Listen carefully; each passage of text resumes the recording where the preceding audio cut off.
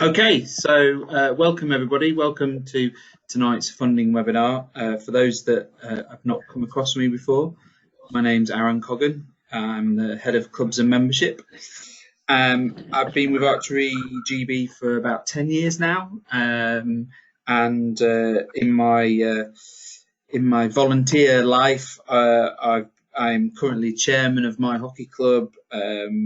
I've been development officer, an umpire, committee member since I was about 16 years old. So I've got good knowledge of how volunteer clubs work, and obviously in my professional life, I've been involved in sports development for nearly 20 years now. So I've got a good understanding of how funding works. And tonight is all about that, all about funding. We've also got joining us Helen Smedley, who some of you may have come across. Helen, I've unmuted you, so you can say hello. Hello. Helen is going to look after the chat function, which I've been using just to make sure everyone could hear. So if you've got any messages or questions as we go through the evening, if you pop them into that chat, and then Helen throughout the presentation will pipe up and ask those questions, and hopefully we'll capture what everybody is looking for tonight.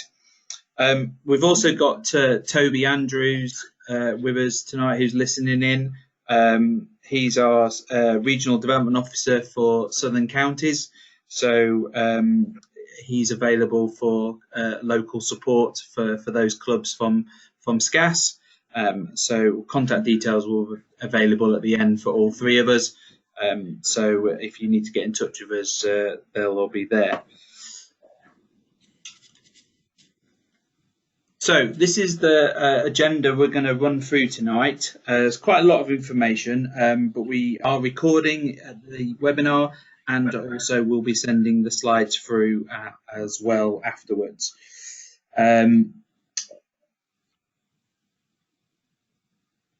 As I said, please ask questions as we go. We have got everybody muted.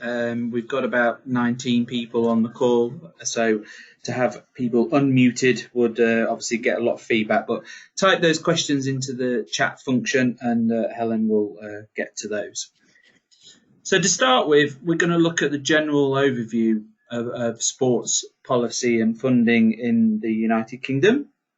Many of you will know that there was a big push around 2012 and the London Olympic and Paralympic Games, and back then the phrase was sport for sport's sake. So lottery and exchequer funding was given out to national governing bodies of sport like Archery GB, to clubs and other organisations that got people into playing sport. Obviously over the last decade or so, things have started to change a little bit. Everyone's got a bit less money. We're all trying to get more out of what we've got to spend. Lottery sales, a lot of funding comes from lottery, so lottery sales have taken a nosedive as well. And even things like Brexit and all those things that we don't really want to talk about tonight have an effect on the amount of funding that's available for sport. And as you can see on the right, when you've of the screen, when you've got information like that in terms of 1 in 6 deaths are caused by inactivity, then you can understand why that we find ourselves at the moment in the kind of a sport for social good phase. Inactivity, as it says on the screen, costs the NHS £1.2 billion a year. So that is why the sporting gun funding, about 25% of sporting gun funding, it'll be the same across into Scotland and Wales and Northern Ireland as well, that it's aimed at getting inactive people off the couch and basically doing something. And it's a cross-department, or it has been, a cross-department sports strategy from the government. And if you ever want a good read, then it's called Sporting Future. It was launched back in 2015, and it also then led to Sport England's new strategy towards an active nation. And in that, there are 5 government outcomes. Clearly, the first 2, physical well-being and mental well-being, many archery clubs, in fact, all archery clubs should be able to assist with trying to achieve those. Obviously, physical well-being, just getting up and about and moving. Mental well-being, focus, concentration, reducing stress, anxiety, etc. Some of the other 3, individual development, social community development, economic development, may be slightly harder for archery clubs looking for funding to say that they're trying to achieve them. But most funding applications to organisations such as Sport England would need to show how they're ticking off one or more of these government outcomes. And certainly when Sport England fund Archery GB for some of their work, our work, and we have to do the same. So a lot of our work is aimed at obviously the physical and mental well-being, but we are looking increasingly at individual development and social and community development as well. Aaron, there was a question from Hayley to see if we could share the references for those statistics we started with. Yes, absolutely. We will do that. Okay.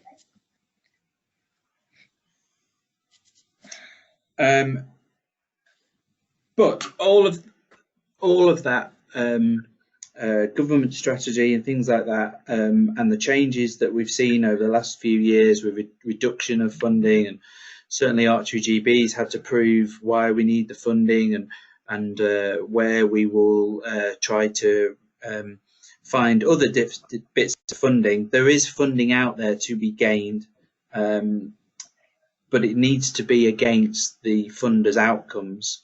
And the next couple of slides will go through that. There are, as I said, that there is funding out there. People do want to give funding out, but you have to tie your activities and your plans to the objectives of these organisations. They will all have different criteria. They will all be looking for a solution to their problems. So you need to take time to connect your ideas with the funders. Any project obviously needs to be realistic.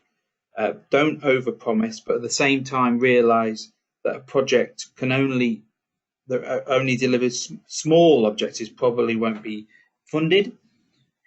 So look at your project, what your capacity is, and calculate, for instance, how many more coaching sessions you can do, how many more people you'll be able to get into sport. With any funding application, whether it's short or complicated, you need to tick off these 4 things, which are at the bottom of the screen, in terms of what is the need, what is the difference or the impact that you're going to achieve, how are you going to deliver it, and how are you going to sustain it once the funding has been spent. And those 4 things are what we will concentrate on next. So in terms of the need or the why, it's just like you would do with any job interview or job application. The person that assesses your funding application doesn't know you. It doesn't know your club, and this is about seeing who is the best candidate for the funding. What is the need for your project? Why you and why your club? You have to write a convincing story. I was on the call this afternoon with a club down in Cornwall, and I often say this to clubs when I'm speaking to them: why would Sport England or any other funder give you the funding over the cricket club down the road, over the Tiddlywinks club, over the Bowls club, whatever it is?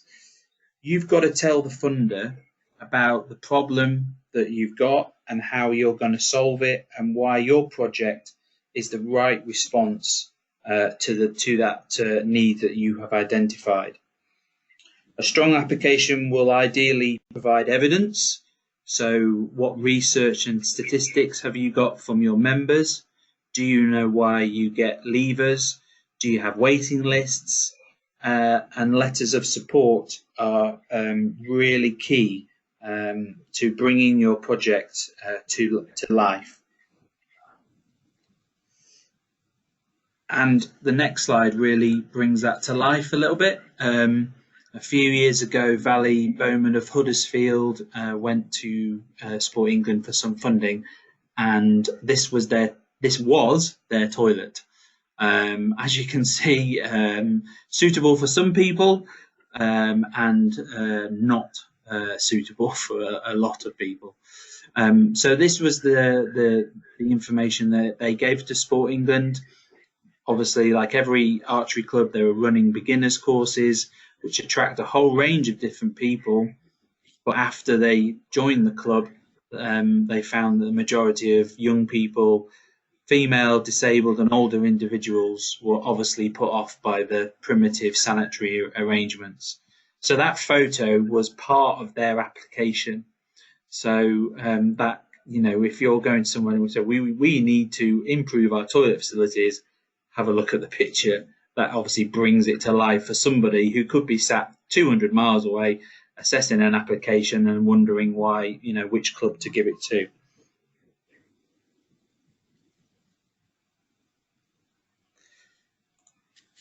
In terms of the difference or the impact, what is the end result and what are you trying to achieve? Again, this is about bringing the project to life. So reading the funding criteria is very important so that you can match up your project achievements with the right things that the funder is looking for. In some cases, that might be about, as I said earlier with Sport England, it might be about getting inactive people to become more active, developing more resilient sporting habits, or it could be developing more volunteers from other sections of the community that don't volunteer or don't participate. So more sessions, more members, qualified coaches. So try to be specific. So if your project is around coaching and bringing in more qualified coaches, then try to say how many more coaching hours you're going to achieve. So 10 additional coaching hour sessions of 3 hours each equals 30 hours of coaching. So kind of bullet point things that will really try to get across what you're trying to achieve and what the difference and the impact will be. Recognise that some priority groups are deemed more fundable by grant bodies.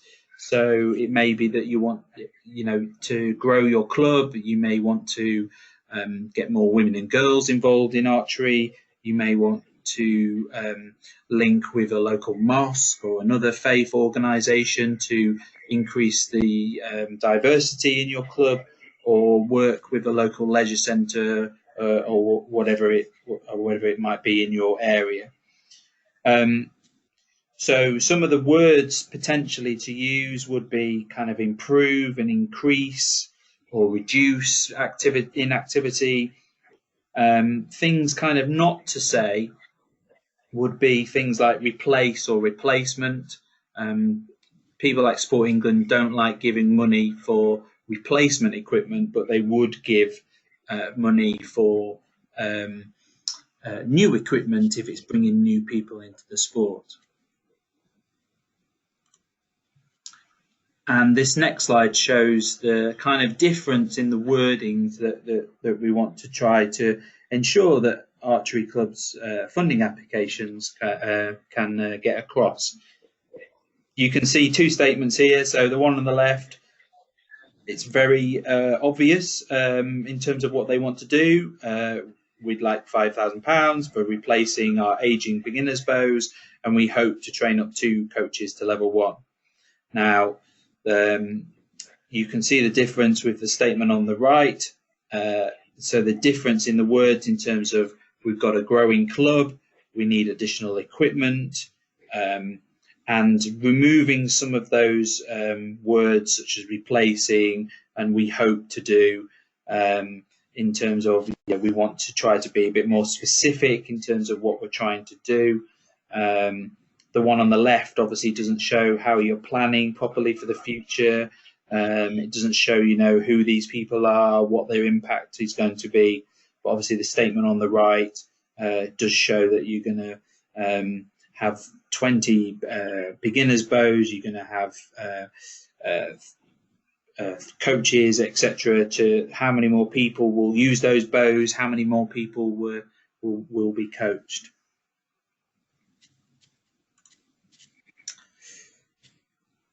In terms of the delivery, have you got the right volunteers, the right facilities, the right costs, the right equipment, and who else is going to help you make this project work and make it happen? Are you linking up with another club, another archery club, or another sports club, a local authority? Are you linking up with scouts, guides, a school? Ask them for letters of support, stating what their involvement would be. If it's equipment that you're looking to buy, where's it going to be stored? Who's going to maintain it? If it's a facility we're talking about, who's going to turn off the lights? Who's going to get up at 2 o'clock in the morning to reset the alarm?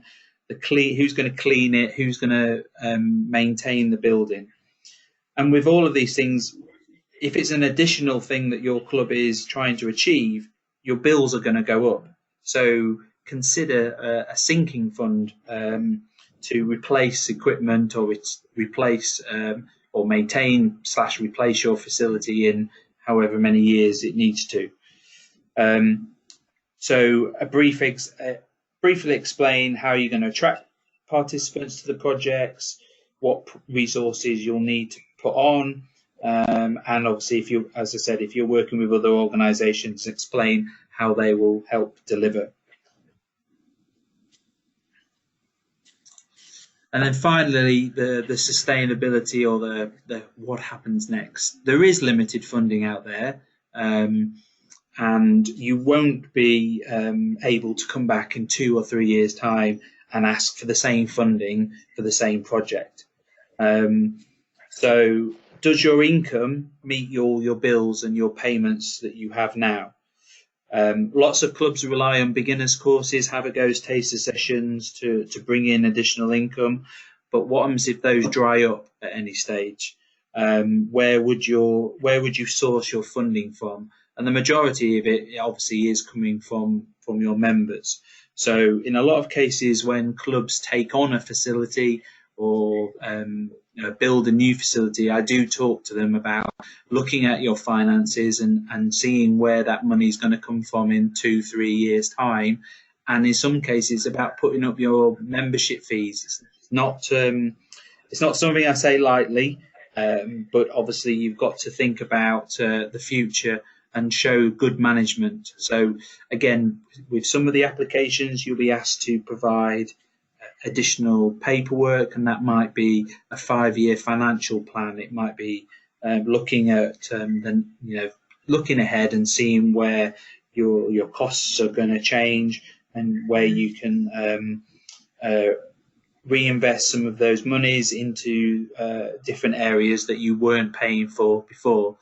If you're going to bring new people in, your costs in terms of your running costs in terms of electricity or lights or target faces or even just flushing the toilets, all of those kind of things are going to go up, and therefore your running costs are going to be improved as well. Very, very few, if any, funders would support clubs asking for support to backfill a budget black hole. So that just gives a very brief kind of state of play in terms of where we are with funding. We are going to move on to look at some funding opportunities that you hopefully all will be able to consider. And There's two that I wanted to highlight to you initially, because these are relatively new, especially this first one here. This has only come out in the last couple of weeks. So Toyota are working with Paralympics GB to support their Parasport program. So there's a Parasport website where any club or any provider can put activities on there that help support the disabled people to get into sport. And there's also this fund available, and it's aimed at trying to get disabled people to be more active. As it says on the top there, they're twice as likely to be inactive. So there's £250,000 available for training and equipment for clubs, and you can apply for grants between £1,000 and £5,000, and that's through your individual sports council to home nation. So if you're in England, that's Sport England. If you go to Sport England's website, it's pretty much on their homepage, and then obviously Sport Scotland, Sport Wales, Sport Northern Ireland, depending on where you are. This is, as I said, it's a relatively new fund. It's only come out in the last week or so. I suspect it'll be highly oversubscribed, but most funding opportunities are. But we thought we'd highlight it to you today. And the other one that's it's not necessarily a new thing, and some of you may already be involved with them, but we've just recently signed a agreement with Easy Fundraising. So we're promoting this to all of our archery clubs. I think there's been 76 archery clubs have already signed up to it before we signed up to a partnership with Easy Fundraising. But this is, I know this sounds really stupid and I wouldn't really say it ever again, but this is actually free money. So the way it works is just like any cashback site that you may have used before. Your members would use Easy Fundraising to then find the business or the company they're going to buy something from. So you go through Easy Fundraising to Amazon or eBay or whatever it may be. And as they buy that, whatever cashback those organisations have got sorted out between themselves, some of that is then paid back to the club. And because we've signed up an agreement with Easy Fundraising, an additional amount, and it's not from the club's amount, but an additional amount is then given from Easy Fundraising to Archery GB.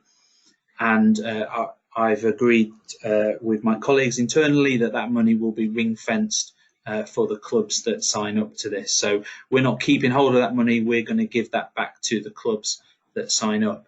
So if you follow that link that's on the screen, so easyfundraising.org.uk/archery-GB, you can sign your club up. It's free to sign up, and they'll give you all the tools that you need to get your club up and running. And obviously this is a perfect time to do it with Black Friday, Cyber Monday and Christmas all coming up for those that get involved in those types of things. Anybody, any of your clubs can sign up for that.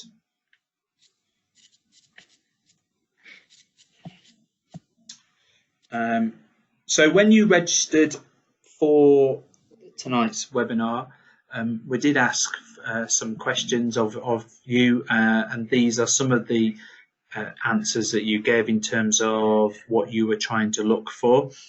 We're going to start with some revenue funding, and then we'll move to capital or facility funding shortly. So most of these would be eligible for some funding from, say, Sport England or some other source.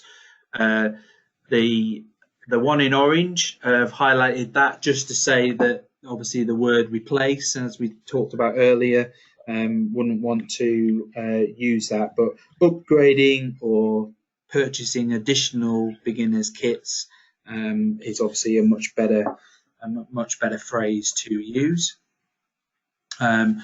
So the next couple of slides, just looking at revenue funding. So you want to have a look at your local area to start with. Check with your local authority, your county councils, your councillors.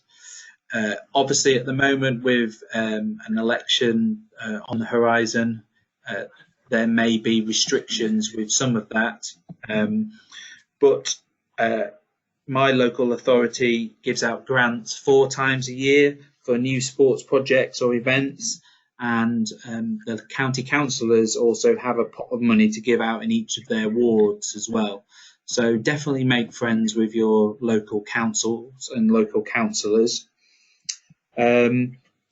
Some county associations and regional associations have pots of money as well. So if you're not aware of that, go and ask them whether they do have any funding available. Obviously, some are bigger than others, and some do provide some funding for training or other such things. And then the national sources already mentioned, obviously the Sports Council, Sport England, Sport Wales, Sport Scotland. I've missed out Sport Northern Ireland. Cash for clubs, awards for all of these type of things that have got funding available or useful for coaching courses or equipment, facility hire if you're looking to set up additional coaching sessions or judge training, targets, timing systems. They're all the types of things that archery clubs have been for before.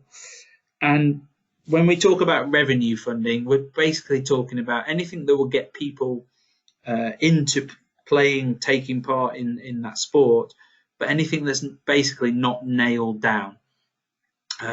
So when we get to capital funding, that's obviously any bricks and mortar.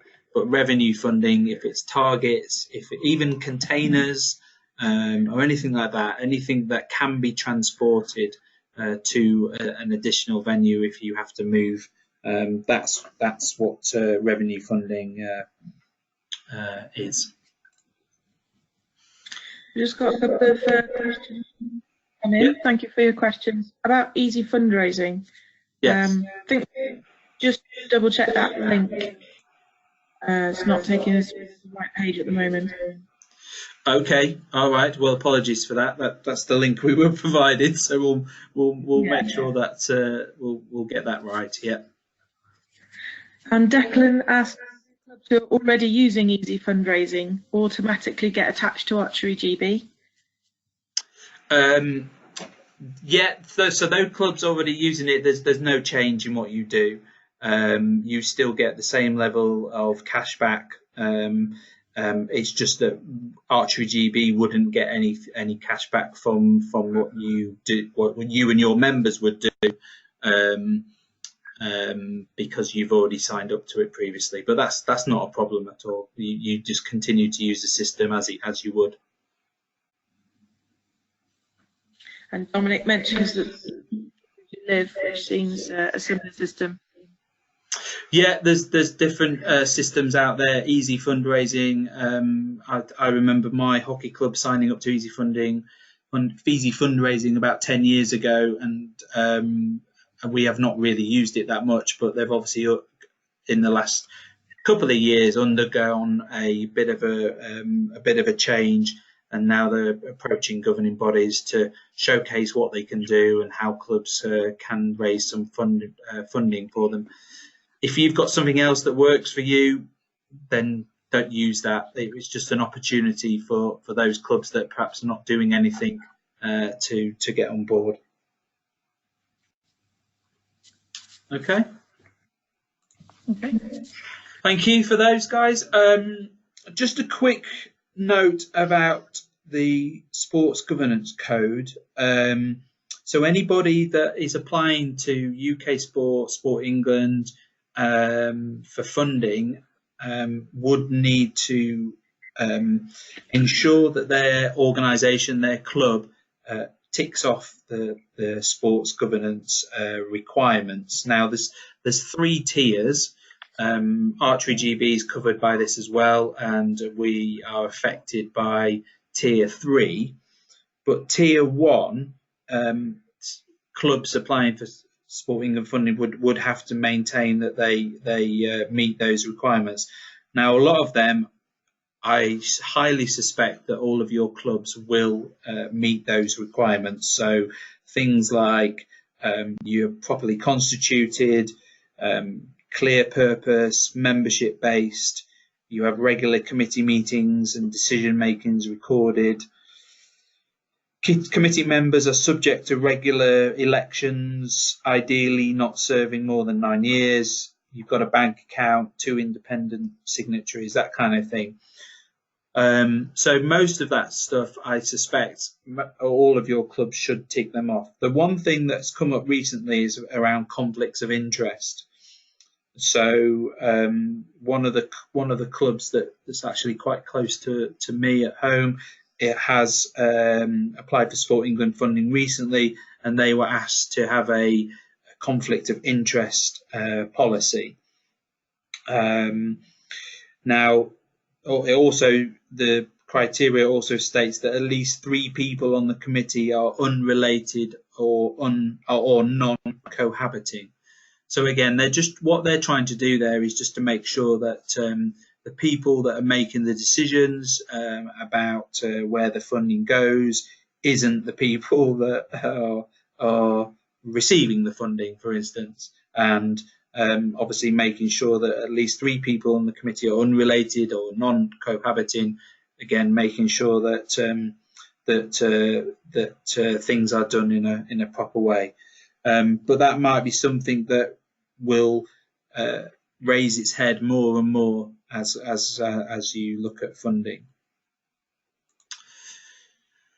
So delving into some of the funds that are available to archery clubs, the first one I wanted to highlight was Sport England. I've talked about this quite a lot, I'm not sure that we do have anybody tonight, but if there is anybody from outside of England on the call, I am going to mention their home nations in a second. Pretty much similar schemes wherever you are in the UK. But with Sport England's small grant scheme, you can apply for between £300 and £10,000. And it's looking at how many new people can you get involved in the sport. So as we talked about previously, getting inactive people to become more active, developing more diverse volunteers, talent progression, inclusion, mixed age groups are considered, as long as there's a big focus on anybody aged 14 plus. They've recently reduced the amount of time it takes to fill in one of these forms. It used to be 10 weeks. Now they have cut it down for 8 weeks. So it's still a long time and it is quite a hefty form as well to fill in. So I wouldn't necessarily recommend you went to Sport England for £300. But if you're going for a couple of thousand or more, then obviously that I would recommend that this is a good place to start, as well as obviously looking more locally, as we discussed earlier. Pretty much every club in the country could apply to Sport England and probably get a grant. I know that some of the other governing bodies seek vast amounts of money coming out of this programme into their local clubs. And you can apply every year, as long as it's for different projects. So on the right of the screen is the no-nos in terms of what they won't fund. So if the activity is already happening, they're not going to pay for that. If it's benefiting individuals, obviously, if you're buying equipment or anything like that, they want to make sure that it benefits a wider group of people. We've already talked about the word replacement, fixed capital items. Again, things that are nailed down, buildings, refurbishment projects, they're not going to fund that through this scheme. And you won't get more than £10,000 in 12 months. We do have some successful applications from other clubs that have gone to the small grant scheme. and I've put together a document which we can share with you. So if anybody requires that, either mention it in the chat or send us an email afterwards, and we'll get that document over to you. What we try to do is, it's not a completed application, but it does pick out some of the more successful words and sentences that some of the clubs have used where they've gone on to be successful for getting funding from Sport England. Sport Wales, Sport Northern Ireland, Sport Scotland do have similar schemes as well. In Wales, it's around their community chest, and Sport Scotland, Sport Northern Ireland have awards for all, which if I just skip onto this, is exactly the same as we've just looked at. It's just in England, Sport England look after the sport specific applications, but in Scotland and Northern Ireland, then the awards for all is the name for it. But in England, you could go to Sport England small grants and the awards for all in England as well. Now, going to them and asking for the same project, to fund the same project, won't work. And they do have slightly different priorities. So awards for all, as you can see, they've got 3 priorities there: bringing people together, strong relationships in the communities, improving the spaces and places that matter, and enabling more people to fill their potential. So again, if the big lottery funds available there. And as I said, you can apply to Sport England and Awards for All, but don't apply for the same project, because that's called double funding. Separate parts of the project would be fine, but just be careful not to get the same funding for the same project from different sources.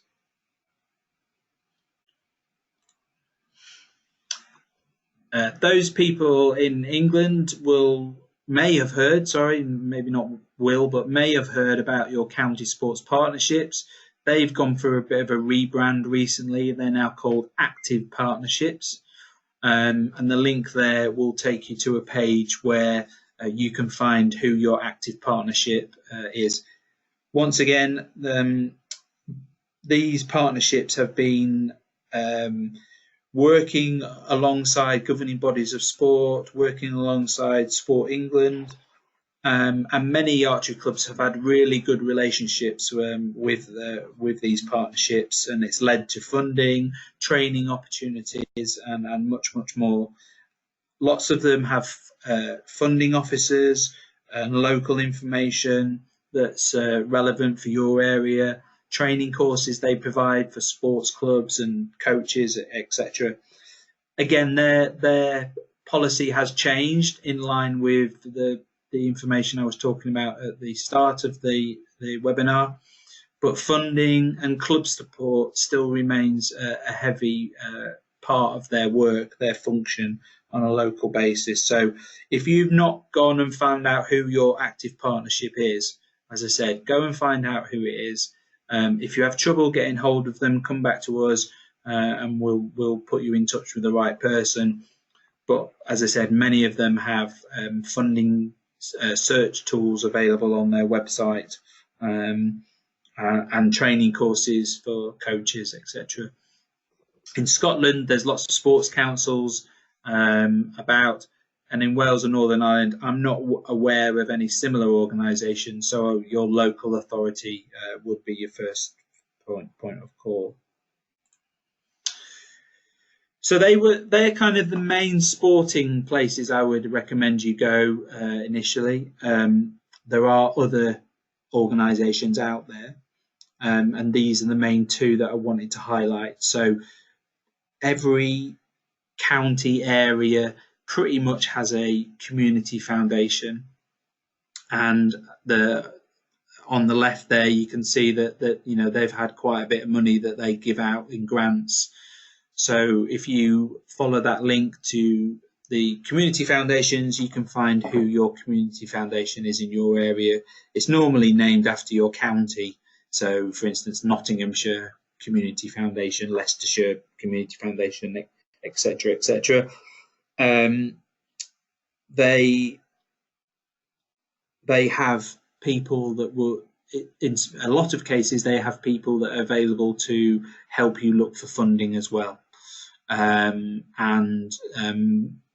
They've probably not dealt a lot with sport, but they are increasingly being asked to fund sport as well. So the objectives and the criteria that they have around their grants are probably something, again, you would have to look at to make sure that any grant application you put in is suitable. And then the councils for voluntary service, again, similar to community foundations, but this is the national. There's a national organisation, but they have a district, or each borough has a council for, or a CVS.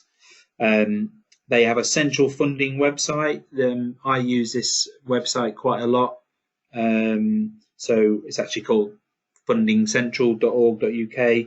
It's free to sign up, so you can sign up and you can obviously get alerts for any funding in your area. So some of the funding opportunities we've talked about tonight, they've got on their website. So you can sign up to them, and obviously, again, the district and the borough-based organisation will have knowledgeable staff that can help volunteer groups, not just with funding, but also with other issues that may come up.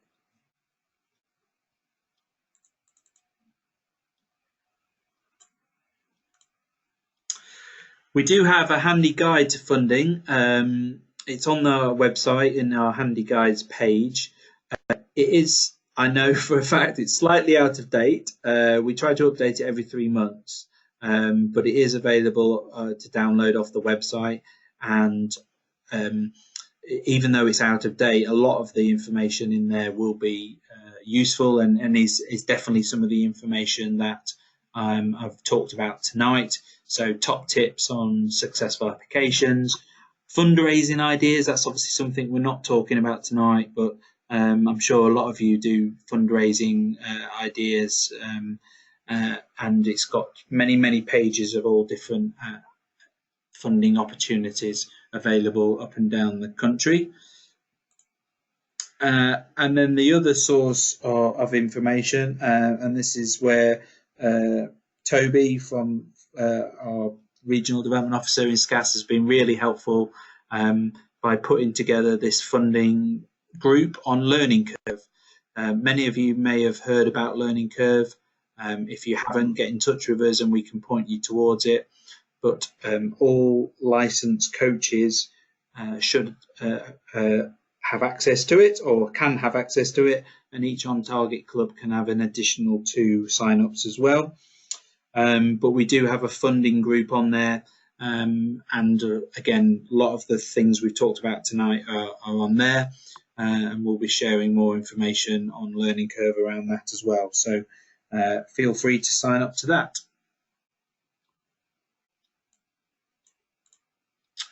And although it's not a funding opportunity, bringing in new members possibly is. So, Helen, if you're still there, would you like to say a few words, give me a little bit of a break? Okay. Yeah, we're looking forward to making the big weekends next year the biggest yet, if possible. Obviously, in the Olympic and Paralympic year, it would be great to have every archery club signing up to this if they haven't already committed themselves. So they can run an event at any point over that set weekend and register it as a big weekend event, so that nationally we're all joined together to try and really promote our sport. And we'll support by sending the organisers regular updates through 2020, probably once a month, just gentle reminders of the things that would be good to do in preparation for their event. And there'll also be a goodie bag being sent out really close to the event for participants that come along on the day, and a couple of t-shirts for event organisers. So we really hope you'll sign up to the big weekend next year, even if that's something that perhaps you've never tried before. There's also the option of joining with the club down the road if you want to work together. It's about promoting archery, so any way that you can run a big weekend, we will sign you up.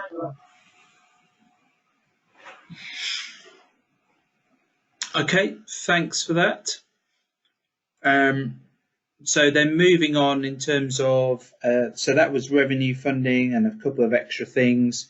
And now we're going to look at facility funding. This is Danny Brown, who went along to Air Valley Archers a few years ago, who got some sporting gun funding for their building. So these are some of the questions or some of the things that you wanted to talk about that you put forward. Again, some of these would be eligible. I think that we would need to look at some further work on how we can demonstrate the need and the impact. We'll move on to some of the specific funding for facilities in a second, but obviously the ones in orange are the ones where it's slightly more difficult to find funding for, but we'd obviously have to investigate it a little bit further. So in terms of clubs relocating, I'm not sure that would be something that other funding for other funding providers would do.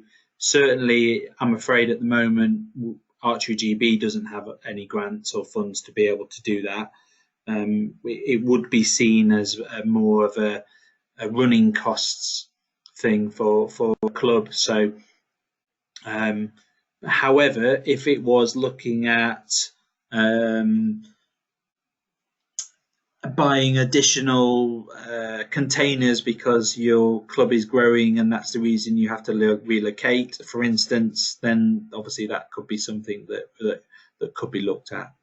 And I'm going to start with the building or the refurbishment of facilities, and then I'll come on to the purchasing of land, which I'm sure you'll all realise is not that easy. So the first one just wanted to raise with you is the Sport England's Community Asset Fund. So this came out a couple of years ago. It was previously called Inspired Facilities. Some of you may have heard about that. And I think around 15 archery clubs got Inspired Facilities, and that was up to around £75,000 for facilities. The amounts have slightly changed, so there's small scale and medium scale investments. So this is looking at, it could be taking on a new facility, an old building, and updating it, developing a new space, and the link to the Sport England website will take you to the Community Asset Fund page. But yeah, some of the examples that they have on their website is, as I've said, taking over an unused or underused sports facility or under threat of closure, bringing a building back into use, expanding or improving the sporting experience, improving changing rooms, installing toilets, heating systems, that kind of thing. Obviously, storm or flood damage, that's obviously relevant at the moment, with some people having a horrible time with flooding. But where sports clubs are flooded, there's some funding available there as well to try to put things right. It might be a roof that needs fixing, or making improvements to a building or open space that's clearly needed in the local community. Sport Scotland have got their Sports Facilities Fund, and Sport Wales have a development fund. Now, Sport Wales are the only one that will include the purchase of land or the rights to develop activity on that land. The others, unfortunately, you would have to have some kind of lease, probably 7 to 10 years minimum lease, or own the land to be able to get that funding. So the things that they'll be looking for would be, as I said, a lease or some kind of, planning application. All those kind of things would need to be in place before the funds would be released. Landfill tax is something that can be put towards clubhouses. There is different variants across the country. Whoever your kind of rubbish collector is in your local area, every ton of waste that they put into they dispose of in a landfill gets taxed, and that offsets some of the negative impacts of living in the vicinity of a landfill site. It's usually about 5 or 10 miles radius from a landfill site or an office of one of these companies. So there's many operators. These are just the main few that we're aware of. And I've got an example here from Biffa Awards. They don't necessarily fund sport-related projects, but they do fund building works or improvements to clubhouse facilities. Again, you have to be within 5 miles of a significant site operation, so that could be an office in some cases, or within 10 miles of an active landfill site. And so it might be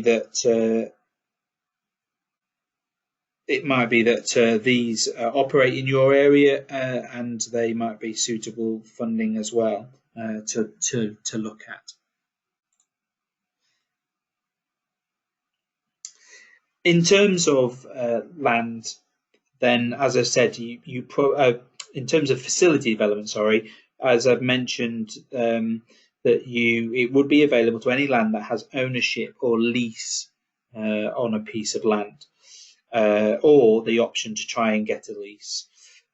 Funding for land purchase is very difficult. Most clubs who have gone on to get sporting good funding for facility development have either bought the land or the owner of the land has been the applicant, and then obviously ensured that the archery club does remain there. Obviously, what they're trying to do there is to make sure that the landowner doesn't get a lovely new building on their land and then chucks the archery club off, or whatever, whoever the sports club is. After 6 months, and you were hoping to be there for 10 years or so. So it's not impossible, but it is very difficult. I'm not really going to go into this in too much detail tonight, but obviously if you wanted to discuss specific projects, then please get in touch directly, and we'll follow that up with you.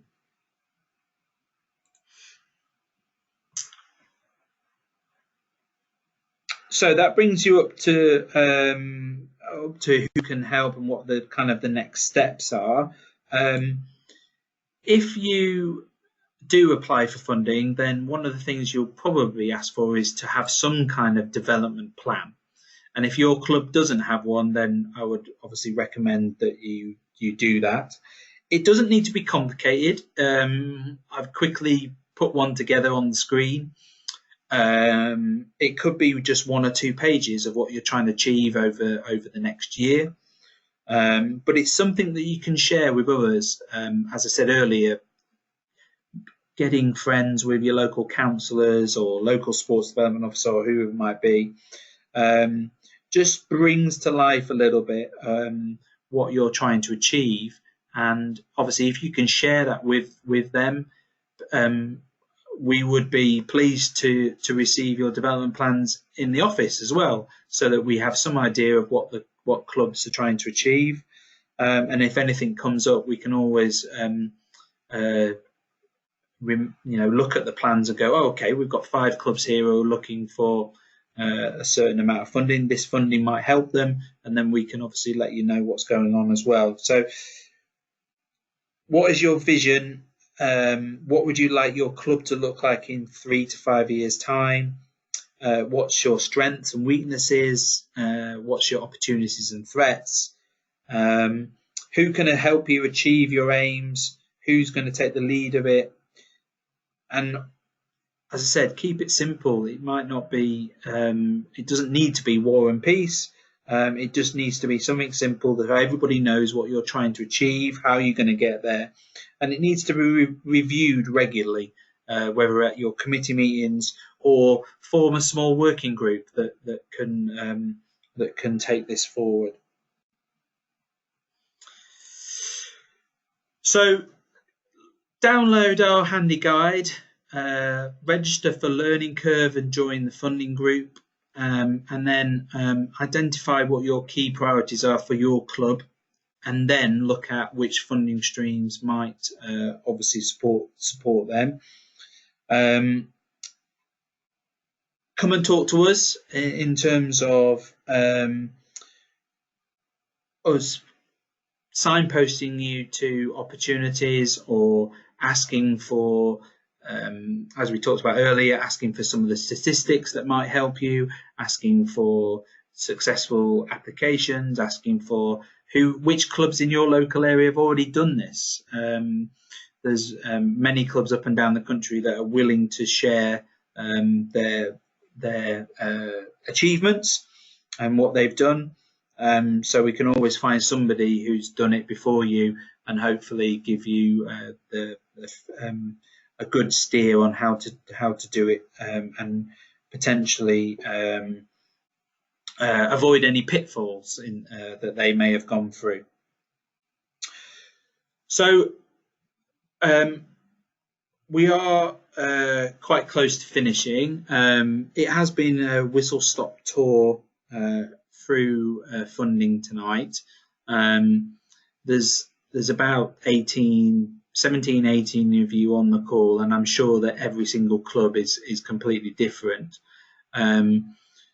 The next couple of slides was obviously, oh, sorry, I've missed this. Oh, yeah, who can help? So again, we've talked about who can help in terms of us, county sports partnerships, active partnerships, your local sports development officer funding, and the Club Matters as well. We haven't necessarily referenced Club Matters, but Sport England Club Matters website, if you haven't been to that, then go and have a look at that. And similarly for Scotland and Wales as well. If there are any questions that anybody wanted to raise, then happy to talk about them in the chat, or if you wanted to, we can unmute you and we can have a discussion. Our contact details are here as well, so obviously nationally, me and Helen, and if you're within SCAS, then obviously Toby can support as well. We can do things like proofread your applications, provide letters of support, and as I said, link you in with clubs that have already done it, and that we can share their experiences from. So yes, that probably brings us to the end, and so we will make sure that these slides and the recording are made available to you in the next few days. Yeah, thank you so much for your time. And if there's anything we can do, please get in touch.